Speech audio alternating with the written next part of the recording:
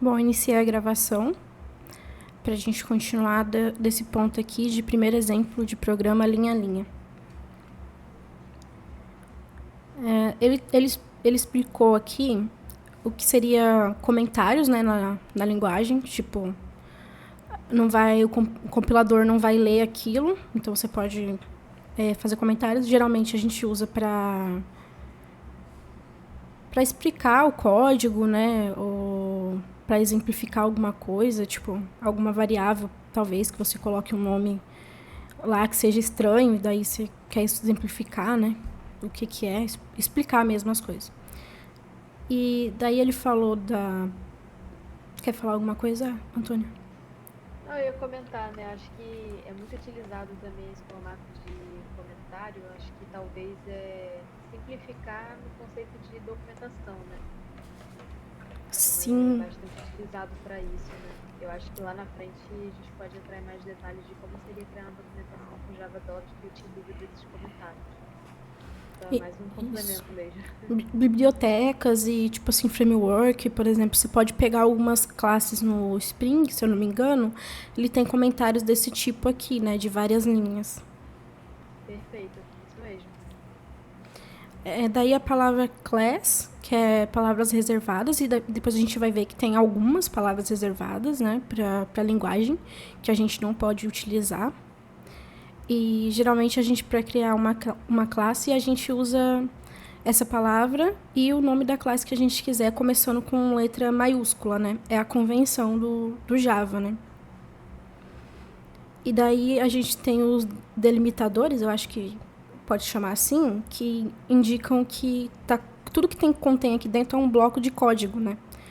Que contém dentro do colchetes. Que são chamados aqui ó, de membros da classe. Aí. Esse aqui não tem muito o que falar, né? É só um comentário de uma linha só mesmo. Tipo, 2 barras. E é isso. Não tem muito o que falar. Daí ele disse que todo o aplicativo, né? Que a gente tem que ter, na verdade, um desse método main, né? Porque o compilador começa por ele, se eu não me engano. Isso mesmo, é o ponto principal ali de execução, né? Isso. Então, geralmente, a gente, tipo assim, tem uma classe que daí, por exemplo, um application, que daí lá dentro tem como rodar o programa inteiro e daí chama, né, o main. Ou Isso. chama o application aqui dentro de uma classe main, assim, vamos dizer. Aí tem um modificador de acesso, né, que determina qual parte do programa você pode ou não acessar, que é public, private, protected, que a gente tinha discutido um pouco antes. E foi bom a gente discutir porque no livro ele não cita muito, sabe? Qual que é qual e como usar. Sim, eu acho que ele não citou também aquele default, né? O default não citou. Legal. Então a gente já no outro entrou mais em detalhes. Isso. O método main ele tem que ser declarado como público, porque, como eu disse, né, o compilador precisa começar por ele. Então, tipo, precisa ser acessado. E o static permite que o main seja chamado antes de qualquer objeto ser criado. O void é só aquele. É só a gente indicando que não tem retorno aquele método. E esse parâmetro aqui ele declara um parâmetro chamado de args, que é um array de strings. Ele vai receber qualquer argumento de linha de comando presente, sabe? E os símbolos de colchetes determinam o início e o fim daquilo, do método, né? Assim como na classe também. Aí esse comando aqui, ele falou, né, que isso aqui a gente utiliza para imprimir imagens no console, né? Que o system é uma classe pré-definida que dá acesso ao sistema, o out quer dizer que dá acesso ao fluxo de saída do sistema, e o println, né, tipo, imprime e depois pula uma linha. Aí foi isso que... Eu não sei se foi aí nesse println, ou se ele falou um pouco mais embaixo, mas tem um println e tem o print. A diferença é que o println ele organiza ali o conteúdo, né? Um abaixo do outro. Eu acho que ele quebra a linha, vamos dizer assim, quando a gente Isso. tem um println um abaixo do outro, diferente do print, né? Acho que não sei se foi nessa parte, mas acredito que vale a pena comentar também. Que esse tópico ele estava explicando exatamente o que quer dizer isso aqui. Só que linha por linha, né? Do que a gente tinha feito. Perfeito.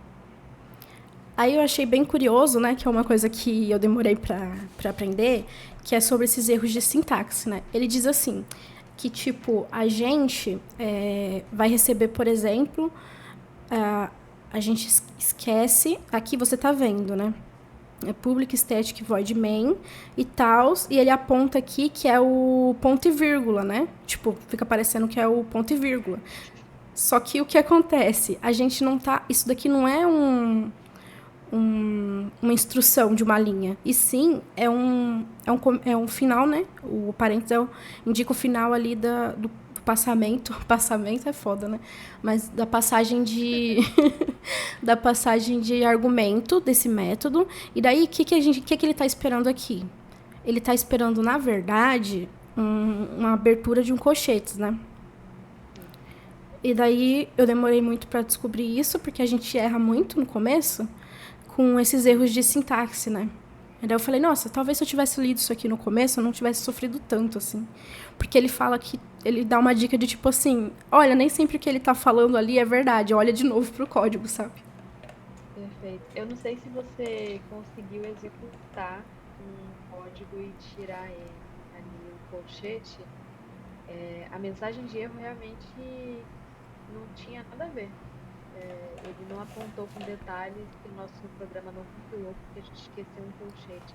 Normalmente as IDEs ajudam isso, né? Mas fazendo ali de forma tradicional, a gente coloca o código no arquivo, depois compila e executa, mas na hora da compilação mesmo, quando ele tenta interpretar isso, dá problema. Eu fiquei pensando assim, se talvez seja porque já pro compilador já esteja subentendido de que sempre depois de um parênteses fechado, vai vir um ponto e vírgula, ou deveria vir, né? Uhum, Mas não entendi. sei. Aí eu até coloquei um resumo assim que eu posso ler por alto, né? Uhum. Então, o compilador ele é responsável por identificar esses erros de sintaxe ao tentar compilar o programa.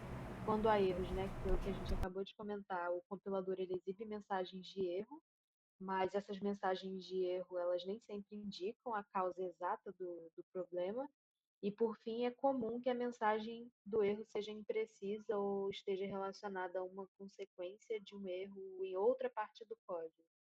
Então foram três anotações assim que eu fiz para, de acordo com o livro ali, para ter um resumo mesmo. Então só complementando aqui. Perfeito. E daí a gente vai para um segundo programa simples. Nesse ele já aborda o que é variável, né? Que é um local nomeado na memória, a qual a gente pode atribuir um valor. Eu não sei, mas para mim faz muito sentido aquele exemplo, analogia de gaveta, sabe? Sim, De que a gente guarda as também coisas na vi. gaveta. Faz muito sentido. Exato.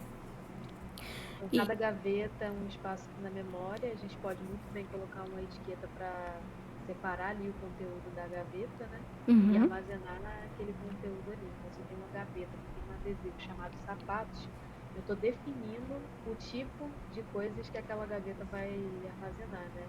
E aí eu só posso guardar os sapatos. Acho que é uma boa analogia. perfeito. E daí esse exemplo dele, ele declara duas variáveis, né? É assim que a gente declara em Java. Esse aqui, no caso, seria o modificador de acesso default, né? É isso? Isso mesmo. E, e daí o tipo, né? Sempre o tipo e o nome da variável. Daí ele declarou duas e ele também falou que pode mudar em tempo de execução. Então, se, por exemplo, depois de estudar aqui tudo, eu viesse aqui declarasse de novo, né, na verdade, declarasse não, atribuísse pro var1 um outro valor, ele iria mudar, porque ele não é imutável, né? Perfeito. E daí ele diz assim, que a gente tem que fazer essa declaração antes de usar essas variáveis. Então, se eu tentasse dar o print na variável antes dela ser declarada, ele não ia achar, né?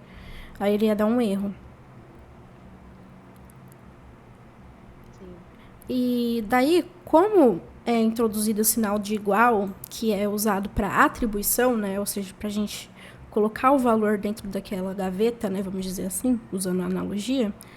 Aí ele explica um pouquinho do que é os operadores matemáticos aqui na programação, né? Sim, ele não se aprofundou tanto, mas ele informou que existem esses operadores disponíveis ali para a gente realizar operações, né, matemáticas. Isso. E que o sinal de mais que a gente vê aqui dentro do println é do que a gente vai aprender que é concatenação, né? É você unir o valor desse cara aqui, dessa variável, com a string. E daí ele vai imprimir. Aqui dá pra rodar aqui dentro. Se tiver tudo. Aí, ó. Aí ele vai colocar. Nossa, que legal. É bem massa. É um plugin que eu uso aqui. Eu usava o Notion também, mas eu deixei ele porque eu atingi o limite mínimo lá. Quer dizer, o máximo, né? Do limite de blocos de notas. Aí, tipo, aqui não tem, sabe? Não tem Nossa, limite. muito legal isso. Aí tem esse plugin que dá pra você rodar aqui dentro. Mas é algumas coisas, não é tudo, não. Mas enfim, aí ele falou de outro tipo de dado, né? Eu Que acho que, só um pouquinho, você viu isso no livro, acho que é depois desse de adição. Deixa eu só dar uma olhada no livro aqui. Ele comenta, tem uma pergunta de especialistas também, que seria por que que do ponto flutuante, esse aí. É, porque eu achei muito interessante eu esse. também achei muito legal. Eu também anotei dois pontinhos aqui só para ficar um pouco mais claro para mim. Assim, de exemplo mesmo, né? O que que ele quer dizer. Então, primeiro eu vou ler aqui que você anotou.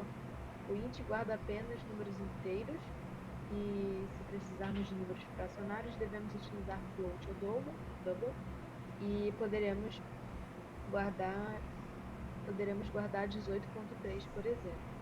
E aí ele faz essa pergunta, né?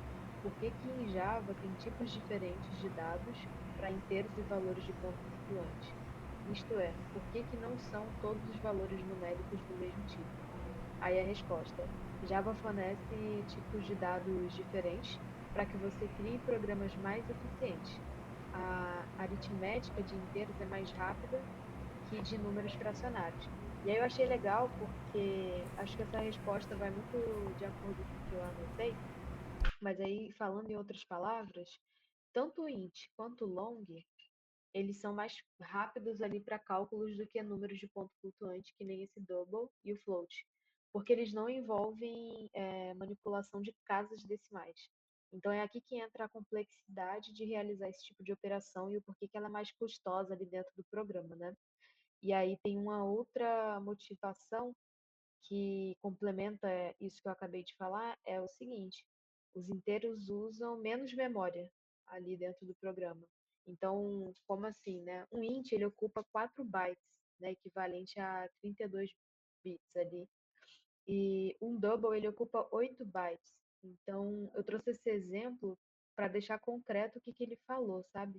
Porque quando eu li ainda ficou um pouco vago, tipo, beleza, como assim?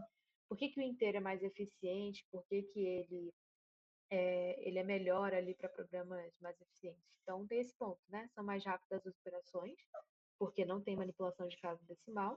E tem essa questão de ocupação de memória, né? Que o inteiro ele ocupa menos do que o double. O double ele ocupa o dobro ali. Então, se eu quero fazer uma operação simples e que não envolve um cálculo de valores de preço, por exemplo, por que que eu não utilizo o int simplesmente, né? O int ele está muito mais indicado para contadores, é, contadores assim de coisas no geral, né? Para contar um, dois, três, quatro. E é isso. Achei muito interessante essa parte. Sim, verdade. Eu nem sei porque eu não anotei a parte da memória. Eu acho que eu esqueci. Não, não tinha essa parte da memória não, tá? Assim, É eu porque desfrutei aqui. eu lembrava que ele ocupava mais, sabe? Mas eu não... realmente eu não lembro se no livro tinha ou não. Ele comenta, ó, a quantidade de memória requerida para um tipo de dados pode ser menor do que a requerida para outro. E ficou assim a frase, né? Não tem nenhum exemplo, né? Não fala o quanto de memória cada um ocupa. Então eu fiquei curiosa ali e pensei, né? Vou trazer isso para anotação para ficar um pouco mais completo. Perfeito, ficou muito bom. Pode seguir, tá? Beleza. Mas foi essa parte aqui que você tinha parado, né? Isso, eu não vi essa parte em diante. Mas vai ser bem legal de acompanhar. Tá, eu só não sei se minhas anotações vão contribuir muito, né? Mas vamos lá. Então, aqui ele vai criar, né, um programinha de conversão de galões em litros. Foi mal, meu gato me distraiu aqui. E daí ele tá usando daí o tipo novo que ele tinha comentado com a gente, né? Porque geralmente não são... são números quebrados, né? Galões ou litros, né? Em a medição de líquidos, sei lá. Acho que é isso. Daí, tipo assim, ele pegou ali e falou que 10 galões e fez essa conta aqui. E dá pra gente rodar aqui e ver quantos litros tem 10 galões. Mentira, não deu pra rodar. Não deu pra rodar, porque deu algum problema aqui.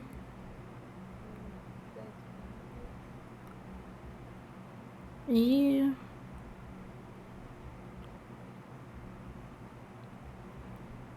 Como que tá o outro programa? Ele tem o Public, ele é no Flash? Aquele que você conseguiu rodar? Não, tá sem. Deixa eu copiar pra ver se eu escrevi errado, geralmente. Opa.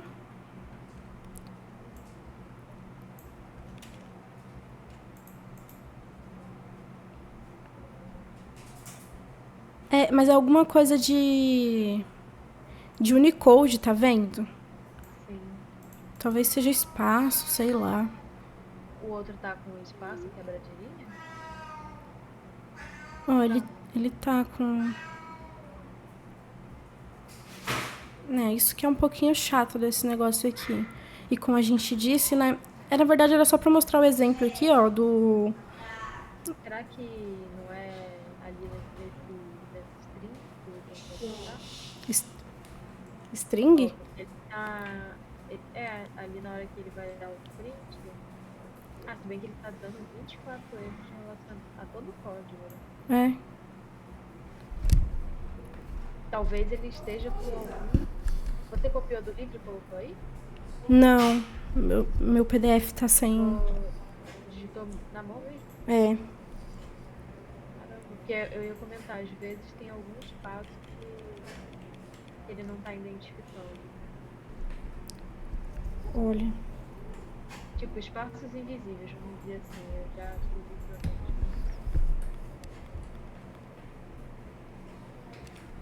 Dei um tab pra ver.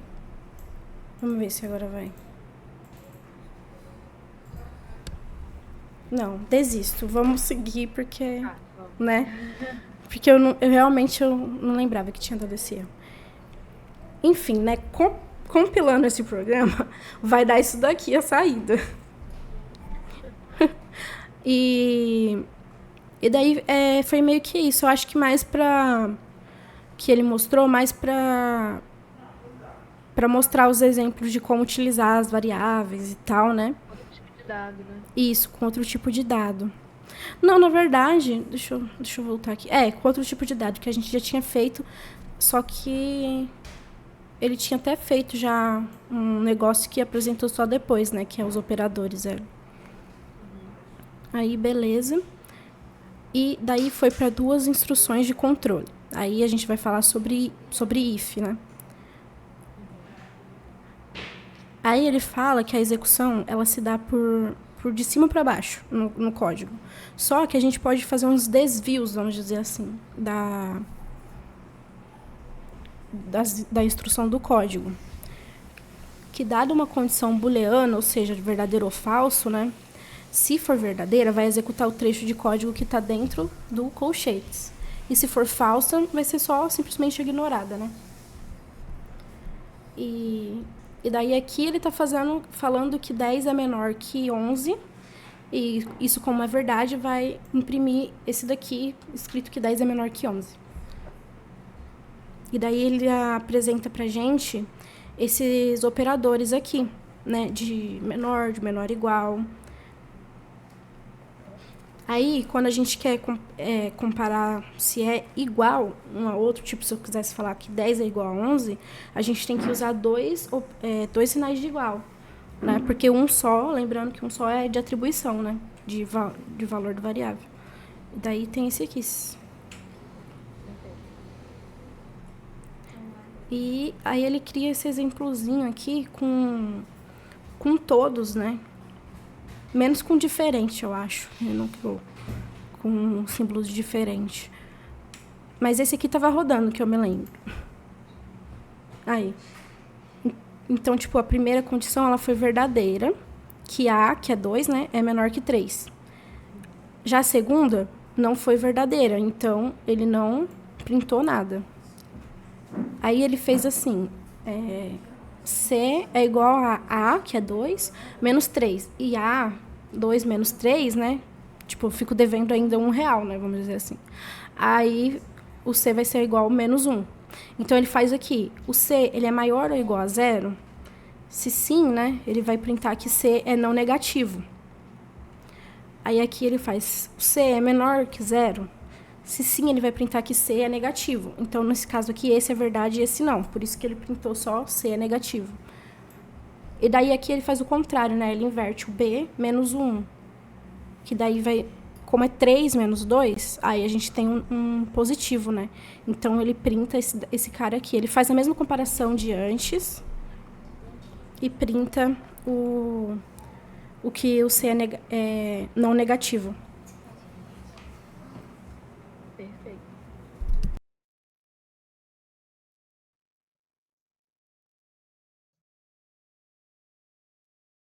Aí ele fala do laço for. Eu acho um pouco mais complicado explicar o laço for. É tipo uma repetição que a gente faz no código, né? Quando a gente quer repetir alguma coisa no código. E daí a gente tem que ter uma variável de controle para isso, né? Pra gente saber quantas vezes a gente vai fazer essa repetição. E geralmente, por convenção, a gente chama de count, né? De tipo contador. Então, aqui a gente vai falar for, né? Que é para, né? For. Essa aí acho que eu também posso contribuir um pouco. Esse início, né, é onde é a inicialização do laço, né? E aí a gente inicia por aí. Primeiro a gente está definindo que count é igual a 0. Depois a gente tem uma condição. Essa condição é uma condição de parada, que faz o seguinte, né? Enquanto count for menor que 5, o loop vai rodar de novo. E aí, por fim, a gente tem o count mais, que é o incremento. Então, a cada volta que o laço der, a gente vai incrementar mais um em count. Acho que eu vejo muito dessa forma, né? A inicialização, a condição que vai determinar se a gente vai rodar mais uma vez esse bloco de código e esse incremento ali que vai contribuir para a gente contar, né, fazer esse count e alterar em tempo ali de execução esse count exatamente para determinar se a gente continua dentro do laço ou se a gente sai fora dele. É só uma contribuição mesmo. Perfeito, não saberia explicar melhor. E daí só falando que, tipo, esse carinha aqui é a mesma coisa da gente fazer count, né? Igual count mais um, né? Que é inteirando sempre um. Daí a gente chama de incremento. E se a gente quisesse que ele fosse diminuindo, a gente colocava menos, que daí diminuía um a cada vez que o laço rodasse, né? Perfeito. Aí ele explica sobre bloco de código. Só resumir de novo, que eu acho que eu falei e acho que não ficou tão sucinto assim. Então a gente tem três itens aí dentro parênteses, né? Eu sempre me confundo. Parênteses do Isso. for, né? Então a gente tem a inicialização, a condição e o incremento. A inicialização é onde a gente declara, define o valor inicial dessa variável, que no caso é count. Aí a gente tem a condição, que é onde a gente diz até quando esse loop vai rodar. Que aí nesse caso é count menor que 5. E o incremento é onde você muda o valor da variável a cada iteração. Nesse caso é o count mais 1. Acho que para simplificar. Aí rodando, ele vai. Como ele começou do zero, né? E tá falando que tem que ser menor que 5. Se for 5, aí já não pode rodar, né? Porque se a gente quisesse incluir o 5, teria que ser menor igual a 5. Daí incluía. Perfeito. Beleza. Aí, essa parte de bloco de código é só para dizer que, tipo, quando a gente tem mais de uma instrução dentro dos colchetes, isso é um bloco de código, sabe? Por exemplo, aqui a gente tem 3 linhas, ou seja, mais de uma instrução. E tá dentro de colchetes. Então, a gente tem aqui um bloco de código que vai ser realizado, entendeu? Quando essa condição for verdadeira, esse bloco todo aqui, tudo que estiver dentro, vai ser realizado. Perfeito. Aí tinha essa pergunta. Né? Só que eu resumi. Resumi uma frase. Tipo, se o uso do bloco de código introduz alguma ineficiência de tempo de execução. Em outras palavras, se o Java executa realmente colchetes e colchetes, né? E não, o Java ele não executa colchetes e colchetes e não gera nenhuma sobrecarga. Resumindo, é isso, né? Você tem alguma anotação? Ah, você não tem. Você não... disfarça. Deixa eu pegar aqui o livro mesmo para ler a resposta inteira para ver se melhora. Fica em qual página? Peraí. Que tá carregando aqui.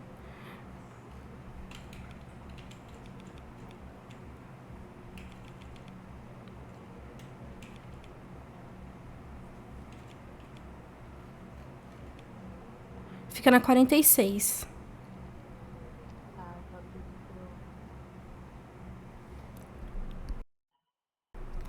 Ele complementa dizendo que, na verdade, devido à sua habilidade em simplificar a codificação de certos algoritmos, geralmente o seu uso aumenta a velocidade e a eficiência. Além disso, os símbolos colchetes existem apenas no código-fonte do programa, e Java não executa colchetes. Ah, entendi. Então, esse símbolo, né, serve apenas para agrupar as instruções no código, e nada mais que isso, né? Então, aí foi o que você comentou, eles não são executados pela JVM. Isso. São interpretados pelo compilador só para definir o início e o fim de um bloco de código. Então, em tempo de execução, não tem nenhuma instrução extra só por ter usado esses blocos. Então, não tem perda de desempenho. Beleza. Interessante, né? Uhum. Bom, aí ele fala de ponto e vírgula e posicionamento. E daí a gente descobre que, tipo, é um separador que é usado para terminar uma instrução. Então, aqui a gente terminou uma instrução que é a atribuição do y para o x. Aí a gente finaliza colocando ponto e vírgula. Diferente do terminador, eu acho que era terminal, eu escrevi errado aqui. Diferente de um terminal, o Java ele não reconhece o fim da linha, né? Então, a gente não importa onde a gente insere uma instrução. Isso daqui é a mesma coisa que a gente colocasse tudo numa linha só. O importante é ter o separador. Né? Isso, o importante é ter o separador. Por isso que tem que ter, né, um separador. Daí ele fala de prática de recuo, que é tipo os tabs que a gente dá, né, o espaçamento. E ele falou assim que é uma linguagem livre, mas tem a convenção de usar o recuo após cada chave de abertura e se mover para trás em um nível após cada chave de fechamento. Então, é o que a gente viu aqui, né? Abriu aqui, daí, tipo, olha aqui o espacinho que tem, né? Sim. Então, ele dá o... Até da classe pro método. Pro método, isso. Isso mesmo. Aí eu achei que não tinha muito o que falar nessa parte, não. E Aqui, ele fez uma melhoria no código anterior que a gente viu de conversão de galões para litros. Ele fez como se fosse uma tabela de galões para litros. Então, ele vai começar do 1 e vai até o 100. E ele está usando esse counter porque ele quer que pule uma linha a cada dezena que fizer. Aí fica assim. Ah, que legal. Fica dessa forma até o 100. Bem grandinho. Ficou. Aí ele fala sobre as palavras-chave, né? Palavras-chave são palavras reservadas da linguagem, que devem ser usadas, são tipo instruções, né? A gente não pode utilizar elas para dar nome às coisas, variáveis ou classes. Ele diz que essa palavra que você conhece, eu não sei nem ler. Goto ou goto, não sei. Eu acho que é Goto, mas eu já vi o conceito dela. Acho que ela é conhecida em outra linguagem de programação. Acho que é aquela Basic, que é bem antiga. E ela faz o fluxo do programa pular, assim, diretamente para algum local específico. Isso meio que quebra a lógica de blocos. Tipo, a gente falou anteriormente da lógica dos blocos, de como funcionam. Mas nesse caso, ela quebra essa lógica e acaba tendo código mais difícil de ler. Eu lembro que eu vi esse conceito na faculdade, esse conceito agora que eu peguei pela internet para relembrar. Mas é isso, assim, ele não é uma boa prática, vamos dizer assim, mas existe essa palavra reservada do Java que eu não sabia. Você fala pra mim. Sim, e daí ela e o const, eles são reservados, mas não são usados. E o Java, além dessas 50 palavras aqui, ele também reserva true, false e null. E ele diz também que, aquilo que eu disse, a gente não pode utilizar nenhuma dessas palavras aqui para dar nome a variável, classe, método e assim por diante. Perfeito. Aí, já está finalizando, né? Ele fala sobre identificadores em Java, que é o... Identificadores são os nomes atribuídos a método, variável ou qualquer item definido por usuário. E os nomes eles podem começar com underline, ou com cifrão, ou qualquer letra do alfabeto, mas não pode começar com números. E também não pode começar com palavras-chave ou nome de métodos, como println, porque essas duas regras aqui são que proíbem, né? São determinantes para proibir o uso de identificadores em Java. Na biblioteca, eu anotei pouquíssima coisa, porque ele falou que existe bastante bibliotecas, né, adicionais no Java, tipo útil, essas coisas, que dão um poder a mais para a linguagem e que a gente, como desenvolvedor, é muito importante a gente conhecer um pouco mais dela, sabe?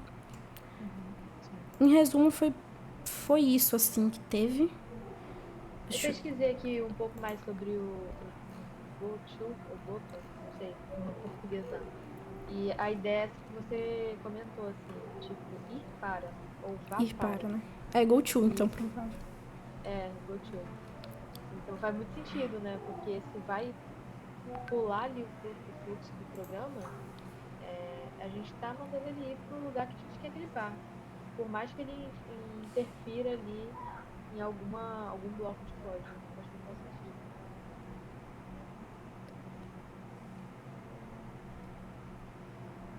Bom, foi isso. Pelo menos do capítulo 1 aí tem o teste e tal. E ele também pede para fazer uns programinhas também, mas eu confesso que eu não fiz não, porque envolve cálculo e eu sou péssima. Não, sem problemas. Eu acho que talvez a gente possa, além da JVM dessa semana, se você quiser inclusive interromper a gravação, tá tudo bem. Tá, vou finalizando por aqui então.